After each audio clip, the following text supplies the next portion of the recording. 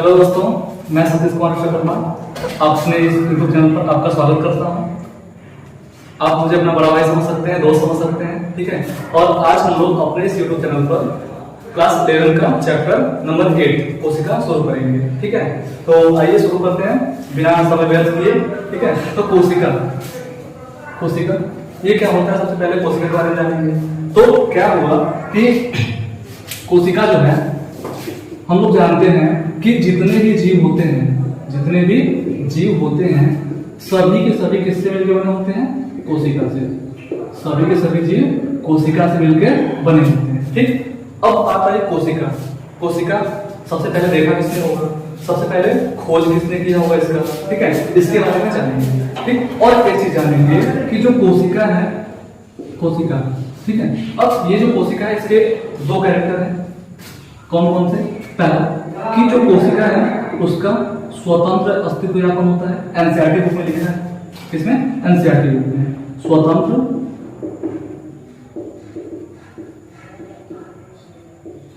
अस्तित्व यापन। कोशिका का सबसे पहला काम स्वतंत्र अस्तित्व यापन होता है। मतलब क्या हुआ कि कोई भी कोशिका है वो अगर एक अकेले कोशिका रहेगा तो वो स्वतंत्र रूप से जीवित रह सकता है, ठीक है। दूसरा काम क्या होगा, दूसरा इसका कैरेक्टर कि सिंगल कोशिका, एक अकेला कोशिका क्या करेगा, अपने जीवन का सारा मौलिक कार्य करने में सक्षम होगा। जीवन का सारा मौलिक कार्य करने में सक्षम होता है, ठीक है। कोई भी कोशिका होता है उसका स्वतंत्र अस्तित्व यापन होता है। और दूसरा काम क्या होगा कि कोई भी कोशिका क्या रहेगा, अपने जीवन का सारा मौलिक कार्य करने में सक्षम रहेगा, ठीक है। और बुक में क्या लिखा है, एनसीईआरटी बुक में, कि कोशिका से कम कुछ भी रहेगा, लेस देन कोशिका, लेस देन सेल। मतलब क्या हुआ, कोशिका से कम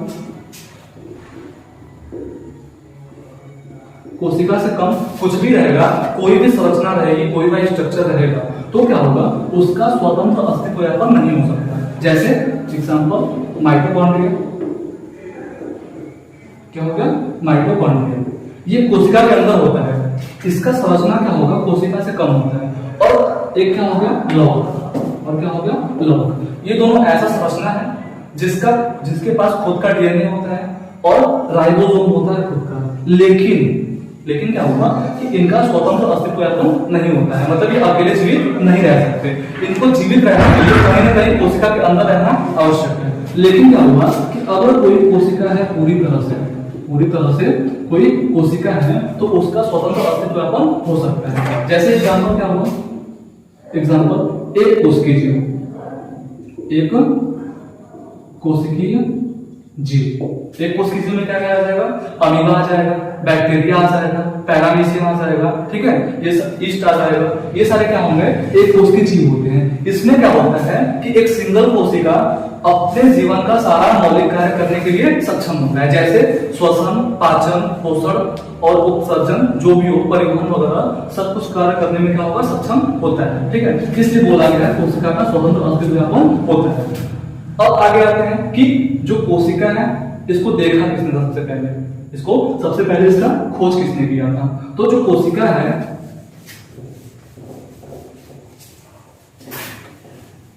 कोशिका का खोज सबसे पहले रॉबर्ट हुक ने किया था। सबसे पहले कौन किया था? रॉबर्ट हुक ने। उन्होंने कहां पे देखा था कोशिका को? उन्होंने कोशिका को कहां पे देखा था? तो जो रॉबर्ट हुक थे, इनको बोल सकते हैं हुक अंकल, ठीक है। इन्होंने क्या किया, 1665 में, मतलब 1665 में इन्होंने सर्वप्रथम क्या किया, सबसे पहला काम, ये एक इंजीनियर थे। क्या थे? इंजीनियर थे, मतलब फिजिशियन थे। और क्या हुआ कि फिजिशियन थे, और क्या हुआ, इन्होंने अपना स्वयं से एक माइक्रोस्कोप बनाया था, जिसको बोलते हैं क्या, स्वनिर्मित सूक्ष्मदर्शी। इन्होंने क्या किया, अपना खुद का माइक्रोस्कोप बनाया था। अब इस माइक्रोस्कोप में इस सूक्ष्मदर्शी में इन्होंने क्या देखा, एक बतूल का पेड़ आता है, इसका बतूल का पेड़, इसको बोलते हैं अंग्रेजी में ऑक ट्री। क्या बोलते हैं? ऑक ट्री। मान लो कि ये क्या हो गया, बतूल का पेड़ हो गया। क्या हो गया? बतूल का पेड़। अब क्या हुआ, इन्होंने इसकी छाल में, बतूल के पेड़ की छाल में, मतलब इस छाल को लिया, इसके बाहरी परत को लिया, ठीक है। लेने के बाद क्या हुआ, अपने द्वारा बनाए गए सूक्ष्मदर्शी में इसको देखा तो उनको क्या दिखा, उनको दिखा कुछ मधुमक्खी के छत्ते जैसी संरचना दिखी। रॉबर्ट हुक को कुछ मधुमक्खी के छत्ते जैसी संरचना दिखी, ठीक। अब क्या होगा कि कुछ ऐसे डब्बे जैसी संरचना देखी। अब इसी को क्या बोला गया, इसी को उन्होंने क्या बोला, प्रकोष्ठ। इसी को उन्होंने क्या बोला, प्रकोष्ठ बोला, ठीक है। प्रकोष्ठ का मतलब होता है छोटा कमरा। प्रकोष्ठ का मतलब क्या होता है, छोटा कमरा। अंग्रेजी में बोलते हैं सेल्यूला। क्या बोलते हैं? सेल्यूला, ठीक है। इसका मतलब होता है छोटा कमरा। अब क्या हुआ कि इसी सेल्यूलर, इसी प्रकोष्ठ को आगे नाम दिया गया था कोशिका। आगे नाम दिया गया कोशिका, ठीक है। अब देखो क्या हुआ कि प्रकोष्ठ मतलब छोटा कमरा। जैसे आप लोग जानते होंगे कि आपके स्कूल में, आपका जो स्कूल है उसमें क्या होगा, एक से अधिक कमरे होते हैं, ठीक है। अब मान लीजिए ये आपका स्कूल है, ये आपका स्कूल है, तो इसमें बहुत सारा क्लास होगा, बहुत सारा क्लास होगा, ठीक। अब क्या होगा, इस प्रत्येक क्लास को क्या बोला गया है, प्रकोष्ठ। प्रत्येक क्लास को क्या बोल सकते हैं, प्रकोष्ठ। तो उन्होंने जो ओक ट्री, जो बतूल का पेड़ है, उसकी छाल को देखा तो मधुमक्खी के छत्ते जैसा ऐसा कुछ संरचना दिखा उनको। अब इसी संरचना में, संरचना के प्रत्येक खंड को, प्रत्येक भाग को उन्होंने क्या बोला, प्रकोष्ठ बोला। अब इसी प्रकोष्ठ को आज हम लोग कोशिका के नाम से जानते हैं। इसी प्रकोष्ठ को कोशिका के नाम से जाना जाता है। अब आगे क्या हुआ कि ये जो कोशिकाएं थी, ये जो कोशिकाएं रॉबर्ट हुक द्वारा देखी गई थी, वो कैसी कोशिकाएं थी, मृत कोशिका। कैसा था, मृत कोशिका। अब मृत कोशिका कैसे पता चला कि ये मृत कोशिका होता है, ठीक। मृत कोशिका मतलब क्या हुआ कि जब कोशिका के अंदर जीव द्रव्य नहीं पाया जाएगा, उसको बोलते हैं क्या, मृत कोशिका। जब भी कोशिका के अंदर जीव द्रव्य नहीं पाया जाएगा, उसको क्या बोलते हैं, मृत कोशिका, ठीक है। अब जीव द्रव्य क्या होता है, आगे पढ़ेंगे अभी जीव द्रव्य होता क्या है। तो देखते हैं जीव द्रव्य।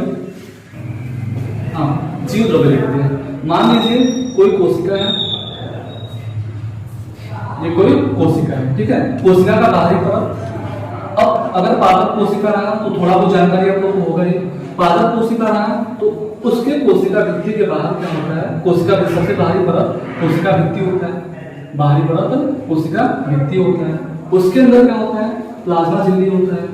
उसके अंदर क्या होता है, प्लाज्मा झिल्ली होता है। फिर उसके अंदर एक केंद्रक होता है। केंद्रक, उससे कोशिकाएं जुड़े होते हैं सब कुछ, मतलब केंद्रक से अंदर में जालिका जुड़ा होगा। फिर उसके अंदर और क्या होंगे, कोशिका के अंदर कुछ कोशिकाएं होंगे, जैसे माइटोकॉन्ड्रिया, और क्या हो गया, गोल्जी राइबोसोम एटसेट्रा, ठीक है। फिर उसके बाद क्या होगा, इसमें कुछ क्या होते हैं, कोशिका द्रव्य, कुछ तरल पाए जाते हैं, ठीक है, जिसको बोलते हैं साइटोसोम। अब देखो क्या हुआ कि जीव द्रव्य किसे कहेंगे, जीव द्रव्य किसे कहेंगे, ठीक। जीव द्रव्य क्या होगा कि अगर कोशिका में से, अगर किसी कोशिका में से क्या करेंगे, कोशिका भित्ति हटा देंगे। क्या करेंगे, कोशिका भित्ति हटा देंगे। किसी कोशिका में से कोशिका भित्ति हटा देंगे तो क्या होगा, इसको बोलते हैं जीव द्रव्य, ठीक। इसको क्या बोलेंगे, जीव द्रव्य। अगर इसमें से केंद्रक को भी हटा देंगे तो इसको बोलते हैं क्या, इसको क्या बोलेंगे,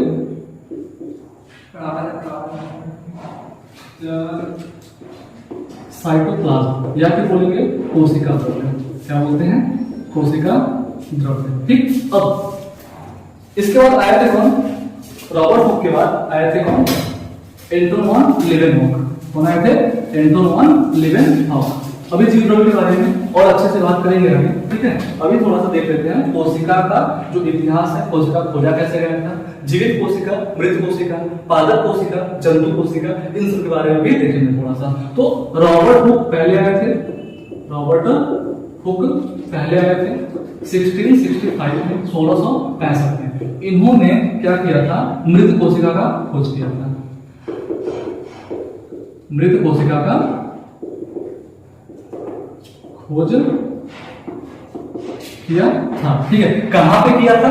बथूल के पेड़ की छाल में, बथूल के पेड़ की छाल में। ठीक है, अब उनके बाद आया कौन? एंटोन वान लीवेनहॉफ। कौन है? एंटोन वान लीवेनहॉफ। इन्होंने क्या किया? 1674 में इन्होंने क्या देखा था? तालाब के पानी में, तालाब के पानी में किसको देखा था? स्पाइरोगाइटा को। किसको देखा था? स्पाइरोगाइटा। ये क्या होता है? एक प्रकार का शैवाल होता है, एक प्रकार का शैवाल होता है। अब इन्होंने तालाब के पानी में, कौन? एंटोन वान लीवेनहॉफ, तालाब के पानी में इन्होंने क्या देखा था? स्पाइरोगाइटा को। ठीक है, ये कैसा था? ये जीवित कोशिका। कैसा था? जीवित कोशिका, जीवित कोशिका था। मतलब क्या हुआ? सबसे पहले मृत कोशिका का खोज कौन किया? रॉबर्ट कोख 1665 में। उसके बाद दूसरे कौन है? एंटोन वान लीवेनहॉफ, जिन्होंने तालाब के पानी में जीवित कोशिका को देखा था। किसको देखा था? जीवित कोशिका को देखा था। ठीक है, अब आगे बात करते हैं कि जो कोशिका होता है, कोशिका के बारे में कुछ साइंटिस्ट थे, उन्होंने क्या किया? कोशिका के बारे में कुछ कथन दिए थे, कुछ बताया कोशिका के बारे में। ठीक है, तो सबसे पहले आते हैं कौन? सबसे पहले आए थे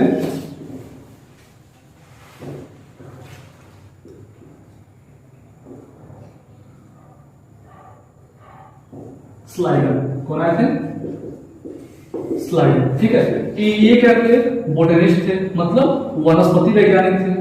क्या थे? वनस्पति वैज्ञानिक थे। इन्होंने क्या किया? इन्होंने क्या किया? इन्होंने सन 1838 में, सन 1838 में क्या किया था कि इन्होंने ये बोला था, मतलब ये वनस्पति वैज्ञानिक थे, तो वनस्पति वैज्ञानिक होने की वजह से इन्होंने ये क्या कर रहे थे? पादपों पे अध्ययन कर रहे थे। ठीक है, पेड़ पौधों के बारे में अध्ययन कर रहे थे। तो इन्होंने भी क्या देखा? जब पेड़ पौधों के बारे में अध्ययन करते हुए, पेड़ पौधों के बारे में अध्ययन कर रहे थे, तो पेड़ पौधों के बारे में अध्ययन करते हुए इन्होंने ये बताया कि सभी पादप किससे बने होते हैं? कोशिका से। सभी पादप किससे बने होते हैं? कोशिका से। कोशिका से बने होते हैं और कोशिका के उत्पाद से, कोशिका और उनके उत्पाद से बने होते हैं। सभी पादप कोशिका एवं उनके उत्पाद से बने होते हैं। दूसरा काम क्या होगा बताया था इन्होंने कि ये जो कोशिकाएं हैं पादप में, ये जो कोशिकाएं हैं वही क्या करते हैं? ऊतक का निर्माण करते हैं। किसका निर्माण करते हैं? ऊतक का निर्माण करते हैं। ठीक, अब 1838 में इन्होंने ये बता दिया। उसके बाद आए थे कौन? स्वान। उसके बाद क्या आए थे? स्वान। अब क्या हुआ? स्वान आए थे, उन्होंने क्या बताया? वो एक जंतु वैज्ञानिक थे या फिर बोल सकते हैं प्राणी वैज्ञानिक थे। कौन आए थे? स्वान। दूसरा स्वान, ये क्या थे? प्राणी वैज्ञानिक थे। ठीक है, इन्होंने क्या किया? एक साल बाद, जस्ट एक साल बाद इन्होंने 1839 में, कौन सा सन में? 1839 में इन्होंने क्या बताया? इन्होंने ये बताया कि सभी पादप एवं सभी जंतु किससे बने होते हैं? कोशिकाओं से बने होते हैं। जैसे क्या हुआ कि स्लाइडर ने बताया था कि सभी पादप कोशिकाओं से बने होते हैं, वैसे इन्होंने बताया था स्वान ने कि सभी पादप और सभी जंतु किससे बने होते हैं? कोशिकाओं से बने होते हैं। सभी पादप और सभी जंतु कोशिकाओं से बने होते हैं। ठीक है, कोशिकाओं एवं उनके उत्पाद। अब कोशिका मिलकर ऊतक बनाएगा, ऊतक मिलकर अंग बनाएगा, अंग मिलकर अंगतंत्र बनाएगा। ठीक है, इसी को बोल सकते हैं कोशिका उत्पाद। ठीक है, तो कोशिकाओं एवं उनके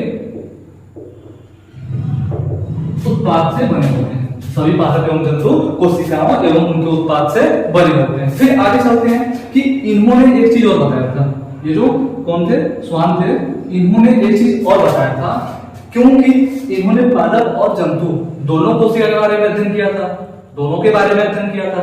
तो इन्होंने क्या बताया कि जो जंतु है, क्या है, जंतु, उसका जो बाहरी परत है, बाहरी झिल्ली है, जंतु कोशिका के बाहर जो झिल्ली है वो क्या है, वो अर्धतरवी है। कैसा है, अर्धतरवी। उसको इन्होंने नाम दिया क्या, जीव द्रव्य झिल्ली। क्या नाम दिया, जीव द्रव्य झिल्ली। अभी बताए थे पहले कि जब कोई कोशिका होता है उसका कोशिका भित्ति हटा देंगे तो बचा क्या, प्लाज्मा झिल्ली, केंद्रक, साइटोसोल और क्या बचा, कुछ कोशिका बचे। ठीक है, तो अब क्या होगा कि वही मिला जुला के उसको बोलते हैं जीव द्रव्य। ठीक है, अब प्लाज्मा झिल्ली को ही क्या बोलते हैं, जीव द्रव्य झिल्ली। ठीक है, इसका एक और नाम हो सकता है, आजकल हम जानते हैं क्या, प्लाज्मा झिल्ली, प्लाज्मा झिल्ली, या फिर कोशिका झिल्ली भी बोल सकते हैं इसको, कोशिका झिल्ली भी बोल सकते हैं इसको। फिर दूसरा काम क्या हुआ कि इन्होंने ये तो बता दिया कि जो भी जंतु कोशिका है उसका बाहरी आवरण क्या है, जीव द्रव्य झिल्ली या फिर प्लाज्मा झिल्ली या फिर क्या हुआ, कोशिका झिल्ली। ठीक, अब ये कैसा होता है, जीव द्रव्य झिल्ली कैसा होता है, अर्धतरलीय होता है। कैसा होता है, अर्धतरलीय होता है। ठीक है, इसकी वजह से, अर्धतरलीय होने की वजह से इसका जो आकार होता है वो निश्चित नहीं होता है, इसका आकार जो होता है निश्चित नहीं होता है। फिर इन्होंने क्या बताया था दूसरा, कि जो पादप कोशिका है, क्या है, पादप कोशिका मतलब पेड़ पौधों में जो भी कोशिका पाई जा रही है, तो पादप कोशिका जो है उसका बाहरी आवरण क्या है, पादप कोशिका का बाहरी आवरण क्या है, कोशिका भित्ति। क्या है, कोशिका भित्ति। अब देखो कोशिका भित्ति क्या होता है, एक मजबूत आवरण होता है।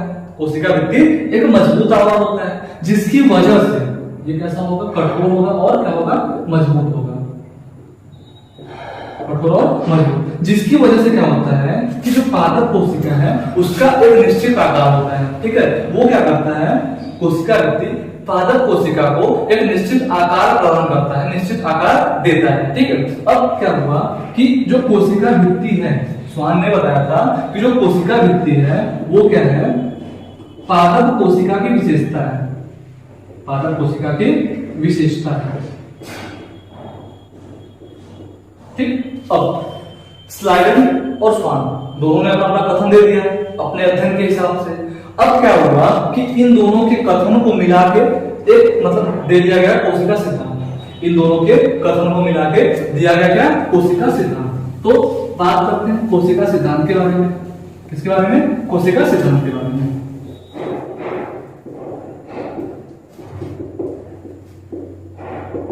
इसके बारे में बात करेंगे, कोशिका सिद्धांत। अब देखो क्या होगा, कोशिका सिद्धांत इंग्लिश में बोलते हैं सेल थ्योरी। क्या बोलते हैं, सेल थ्योरी। तो सबसे पहला काम कि कोशिका सिद्धांत में पहला कथन क्या लिखेंगे कि कोशिका सिद्धांत जो है दिया किसके द्वारा गया था, मतलब ये किसके द्वारा दिया गया था, कौन कौन मिलकर दिया था इसको। तो सबसे पहला काम स्लाइडेन और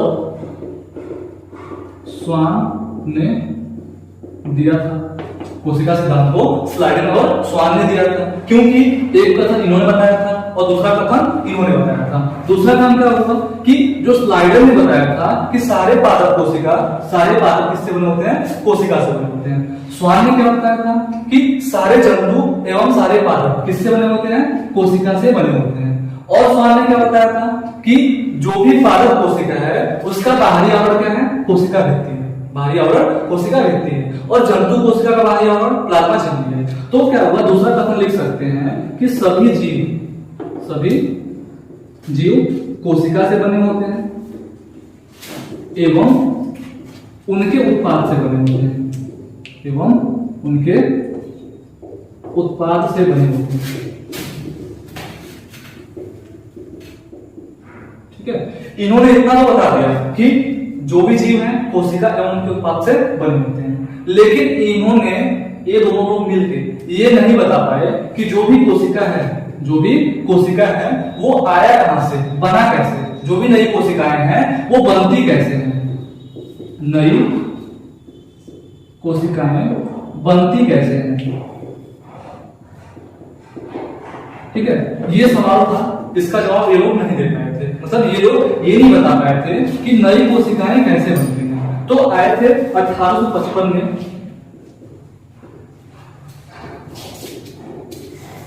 रुडोल्फ विर्चो। कौन से सन में? 1855 में। जब ये आए थे तो इन्होंने बताया, जो ये लोग नहीं बता पाए थे वो कौन बताया? रुडोल्फ विर्चो 1855 में। क्या बताया इन्होंने कि जो भी कोशिकाएं हैं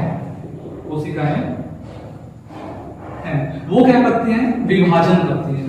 कोशिकाएं विभाजन करती हैं। अब क्या होगा कि कोशिकाएं जब विभाजन करेंगी तो विभाजन करके नई कोशिकाओं का निर्माण करेंगे। मतलब क्या होगा, जो भी कोशिकाएं हैं, मान लीजिए एक कोशिका है, एक कोई कोशिका है, ठीक है।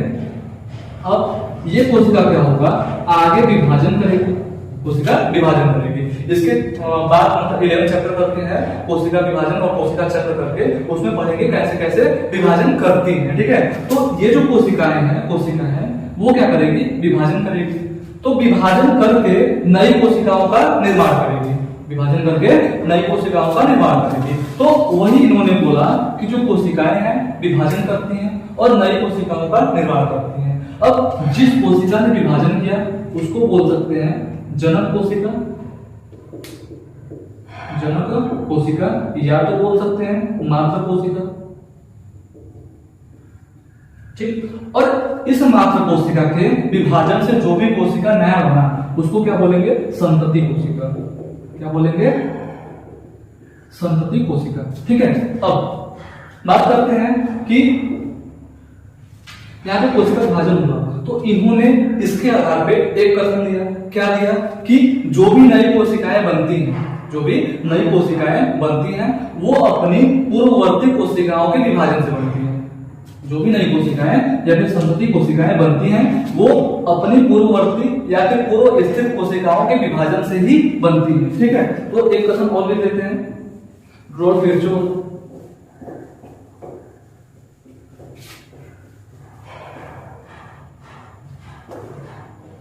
तो इनका कथन, इन दोनों का और रुडोल्फ विर्चो का कथन मिला के 3 कथन बना था और उसी को बोल दिया गया क्या? आधुनिक कोशिका सिद्धांत। आधुनिक कोशिका सिद्धांत, ठीक है। आधुनिक कोशिका सिद्धांत। तो आधुनिक कोशिका सिद्धांत में 3 कथन आ जाएगा। पहला क्या होगा कि सभी जीव किससे बने हैं? कोशिका एवं उनके उत्पाद से बने हैं। सभी जीव कोशिका एवं उनके उत्पाद से बने हैं। दूसरा कथन क्या होगा कि जो भी नई कोशिकाएं बनती हैं वो क्या होती हैं? अपनी पूर्ववर्ती कोशिका के विभाजन से बनती है। मतलब क्या होगा कि जो भी नई कोशिकाएं अपनी पूर्ववर्ती कोशिकाओं के विभाजन से ही बनेंगी, ठीक है। अब तीसरा कथन बुक में तो नहीं दिया है लेकिन हम लोग कथन बता सकते हैं। क्या बता सकते हैं कि जो भी कोशिका है वो जीवन का मौलिक इकाई है। जो भी कोशिका है जीवन का मौलिक इकाई है।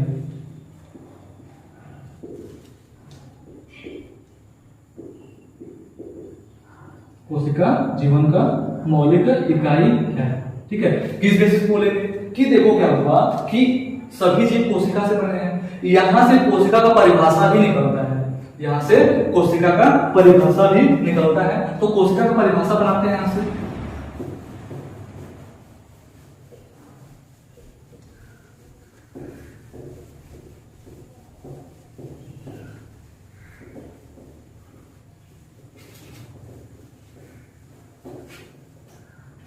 बात करते हैं कोशिका सिद्धांत में क्या मिला था कि जो भी जीव है कोशिका से बना है, ठीक है। मतलब क्या हुआ, अगर कोई जीव है तो उसमें कोशिका होगा ही होगा।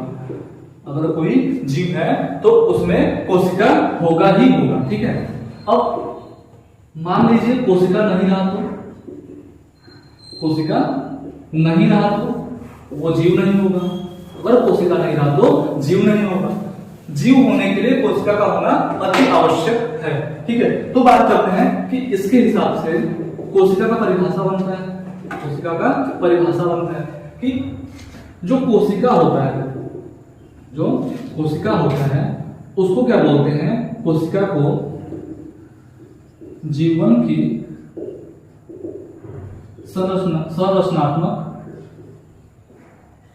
एवं क्रियात्मक इकाई बोलते हैं। क्या बोलते हैं? संरचनात्मक एवं क्रियात्मक इकाई बोलते हैं। ठीक है, अब क्यों बोलते हैं? संरचनात्मक क्यों बोलते हैं और क्रियात्मक क्यों बोलते हैं? ठीक है, अब अभी बताया कि सभी जीव कोशिका से बने हैं। मतलब क्या होगा कि संरचनात्मक इसलिए बोल रहे हैं कि जो जीव की संरचना हो रही है, जीव की संरचना हो रही है वो किससे हो रही है? कोशिका से। किससे हो रही है? कोशिका से। संरचना मतलब निर्माण, मतलब बनाना। जो भी जीव बने हैं किससे बने हैं? कोशिका से बने हैं। ठीक है, अब क्या हुआ कि हमारे शरीर में हर एक कोशिकाओं का कोई ना कोई कार्य होता है। हर एक कोशिकाओं का कोई ना कोई कार्य होता है, इसलिए बोलते हैं क्या? उस कोशिका को क्रियात्मक इकाई भी बोलते हैं। हर एक कोशिका का कोई ना कोई काम होता है, कोई ना कोई कार्य होता है। जैसे एक कोशिका रहेगा तो एक ही कोशिका सारा काम करेगा। ठीक है, अब एक ही कोशिका से जीव बना होगा तो संरचनात्मक एवं क्रियात्मक। ठीक, अगर बहुकोशिकीय जीव रहा तो उसमें क्या होगा? कोशिकाएं, बहुत सारी कोशिकाएं मिलकर जीव बनाएंगी। ठीक है, लेकिन क्या होगा कि कोशिकाएं जो होंगी अलग अलग कोशिकाएं विभाजन करके, अलग अलग कोशिकाएं ग्रुप बना के, समूह बना के कार्य का विभाजन करेंगी। मतलब कुछ ना कुछ काम करेंगी, इसलिए बोला गया क्या कि कार्य भी करती है, इसीलिए क्रियात्मक इकाई भी बोला गया है। ठीक है, अब बात करते हैं उसके बाद। अब क्या हुआ कि जो भी जीव होता है मतलब कोशिकीय संगठन के आधार पर, कोशिकीय संगठन के आधार पर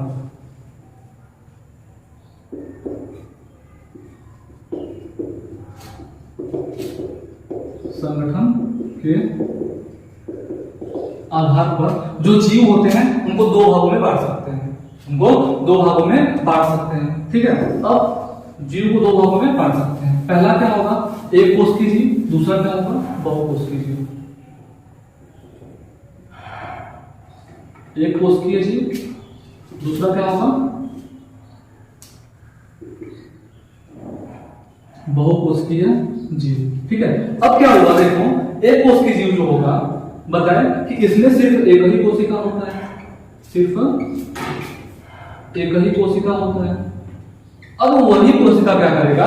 अपने जीवन का सारा कार्य, सारा मौलिक कार्य करने में क्या होता है? सक्षम होता है। मतलब जैसे क्या होगा? श्वसन, पाचन, उत्सर्जन, जो भी काम रहेगा वो एक ही कोशिका द्वारा संपन्न हो सकता है। लेकिन बहुकोशिकीय जीव में क्या होता है कि एक से अधिक कोशिका होता है, एक से अधिक कोशिका होता है।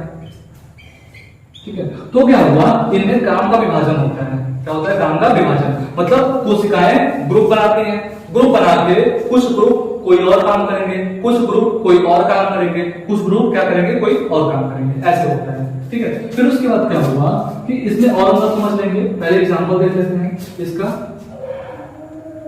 बैक्टीरिया, अमीबा, ठीक है, पीटीसी मान लेते हैं, पैरामीशियम होता है, ईस्ट होता है। इसका मानेंगे एग्जांपल क्या हो सकता है? मनुष्य, मनुष्य रूपी जानवर बोल सकते हैं इसको। ठीक है, और क्या होगा? जीव जंतु भी आ जाएंगे, जीव जंतु। फिर उसके बाद आते हैं कीट वगैरह हो गए, कीड़े वगैरह। ठीक है, और पादप वगैरह हो गए, पीटीसी मान लो। ठीक, अब क्या होगा कि एक कोशिका से बने हैं, एक से अधिक कोशिका से बने हैं, तो क्या होगा कि इनका जो संरचना होगा वो सरल होगा और इनका जो संरचना होगा कैसा होगा? जटिल होगा। इनका संरचना क्या होगा? सरल होगा, इनका क्या होगा? जटिल होगा। दूसरा काम क्या हो सकता है कि जो जीवन काल है, जीवन काल वो इनका कम होगा और इनका क्या होगा? ज्यादा होगा।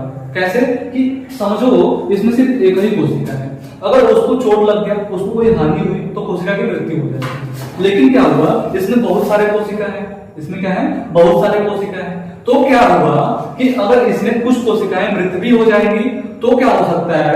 मृत होने के बाद भी जो जीव है वो जीवित रह सकता है, उसमें नई कोशिकाएं बन जाएंगी। लेकिन इसमें अगर मृत हो गया तो पूरे के पूरे जीव की मृत्यु हो जाएगी, पूरे के पूरे जीव की मृत्यु हो जाएगी। ठीक है, तो अब एक चीज देखते हैं कि किसी भी कोशिका को कोशिका होने के लिए क्या क्या आवश्यक है।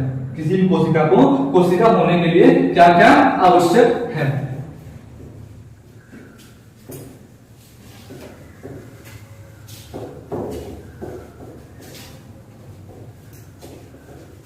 किसी भी कोशिका को कोशिका होने के लिए क्या क्या आवश्यक है।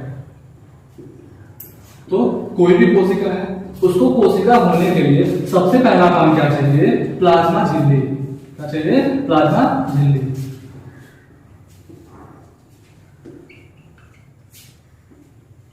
क्या चाहिए? प्लाज्मा झिल्ली। दूसरा क्या चाहिए? उसको चाहिए अनुवांशिक पदार्थ, जिसको बोलते हैं क्या? डीएनए। तीसरा क्या चाहिए? साइटोसोल। साइटोसोल, ठीक है। तो सबसे पहले प्लाज्मा झिल्ली बताए थे कि जंतु कोशिका का सबसे बाहरी आवरण है, सबसे बाहरी आवरण। इसके बारे में और डिटेल पढ़ेंगे आगे चलके। अब बात करते हैं डीएनए और साइटोसोल की। तो सबसे पहले बात करेंगे इसका डीएनए का। तो मान लीजिए क्या हुआ, डीएनए के बारे में बात करते हैं तो इसको यहां पे लिखते हैं ऊपर कि कोशिका को कोशिका होने के लिए पहला काम प्लाज्मा झिल्ली। दूसरा क्या चाहिए? डीएनए चाहिए। तीसरा क्या चाहिए? साइटोसोल चाहिए। क्या चाहिए? साइटोसोल चाहिए। सबसे पहले बात करते हैं डीएनए की। तो मान लीजिए यहां पे क्या है,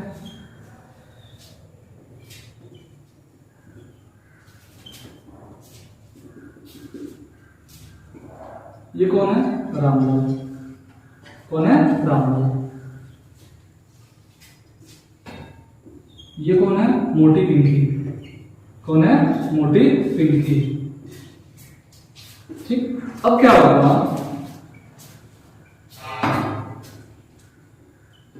ये कौन है? मोटी पिंकी।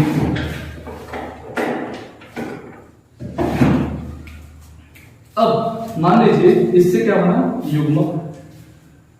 इससे क्या बना? युग्मक। इससे भी क्या बनेगा? युग्मक, ठीक है। इससे नर युग्मक, इससे कौन सा? मादा युग्मक। अब ये जो युग्मक है, ये जो युग्मक है, ठीक। अब कैसे बने इसको आगे पढ़ना है क्लास 12 में। तो ये जो युग्मक है वो मिलेंगे, निषेचन रखेंगे और क्या बनाएंगे? युग्मनज बनाएंगे। क्या बनाएंगे? युग्मनज बनाएंगे।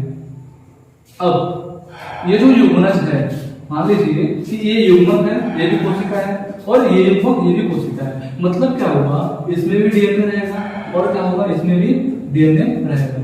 अब जो युग्मनज है इन दोनों के मिलने से बनता है, तो इसका डीएनए इसका डीएनए भी मिलेगा। तो क्या होगा? इसको ऊपर देखते हैं कि जो युग्मनज बना है,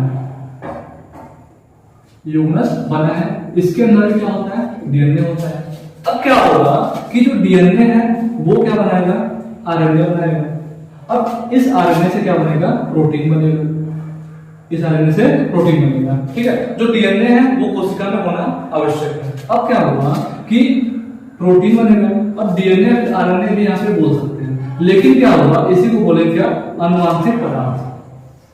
अनुवांशिक पदार्थ, ठीक है। अब क्या होगा कि अनुवांशिक पदार्थ के रूप में किसी कोशिका के अंदर या तो डीएनए हो सकता है या तो आरएनए हो सकता है। लेकिन क्या होगा कि दोनों कभी एक साथ अनुवांशिक पदार्थ के रूप में नहीं हो सकते। बुक में क्या लिखा है कि डीएनए और आरएनए एक साथ नहीं हो सकते, लेकिन यहां पे होना चाहिए कि अनुवांशिक पदार्थ के रूप में नहीं हो सकते, ठीक है। आगे बात करते हैं कि इस डीएनए से आरएनए बनेगा, फिर आरएनए से क्या बनेगा? प्रोटीन। अब यही प्रोटीन आगे क्या बनाएगा? एक नया जीव बनाएगा, जिसको क्या बोलेंगे? रामलाल बोलेंगे। रामलाल नहीं बोलेंगे, वो हो गया, इसको बोलेंगे क्या? कलुआ, ठीक है। नया जीव बना क्या? कलुआ, ठीक। अब नया जीव बन गया। दूसरा बात करते हैं साइटोसोल के बारे में। इसके बारे में, साइटोसोल के बारे में। तो देखते हैं साइटोसोल क्या होता है।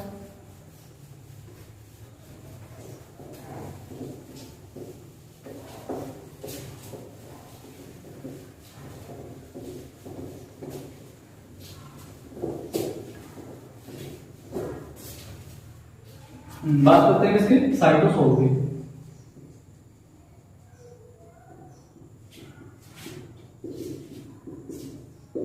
साइटोसोल। अब ये साइटोसोल क्या होता है?